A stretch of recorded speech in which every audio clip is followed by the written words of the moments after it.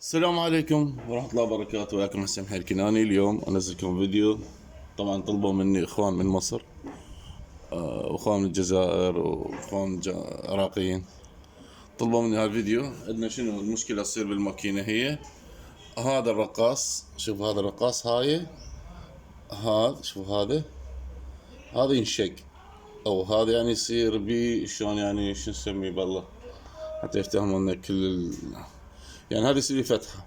هذا اثناء ما يعبر الخيط منه راح يصير بي شق منه راح يصير. فهذا شو يسوي؟ هذا هم يقطع خيط مرات. آه يعني هو يسبب مشاكل. هذا يعني اذا صارت كم مشكلة بيه، وهذا صار بيه فتحة منه انشق. هاي بوشة، هذا ألمنيوم. هذا الرقاص كله ألمنيوم. فتجي هاي بوشة حديد. اكو نوع يجي براس، اكو نوع يجي حديد. الاصل يجي براس هذا على مود ما يتآكل من الخيط. فهم الصين يعني اختصروا هاي العملية، خلوها حديد استهلاكي يعني. فهذا شو يصير بيه؟ يصير بيه شق هنا، يعني اثناء ما يعبر الخيط منه يصير بيه شق. فاحنا شو راح نسوي له؟ هذا شلون نعالجه؟ طبعا الفتحة صعب شوية، تبديله صعب، يعني تصليح الراد يروح مصلح. فاحنا كلنا نتلافى. شو نسوي؟ عندنا صاير الشخص منين؟ من جوا. نجيب لايس نلزمه بهاي الصورة، نضغط عليه ونفره على الاتجاه المقابل. شوي فريناه هسه وشوية قوي. شوف وين صار هسه عندنا. لحظة خبز.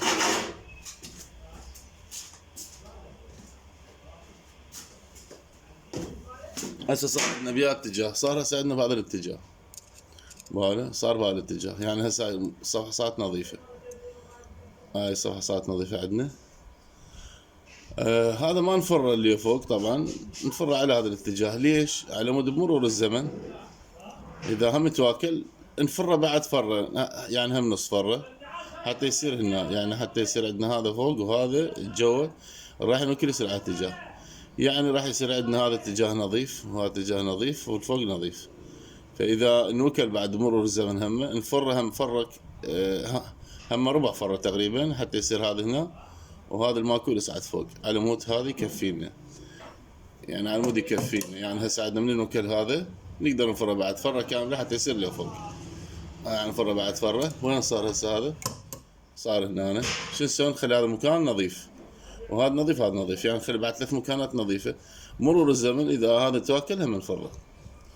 وهذا الفيديو اخوكم حسين حي الكناني. ارجو قراءة سورة الفاتحة لوالدي واخي وابن اخي.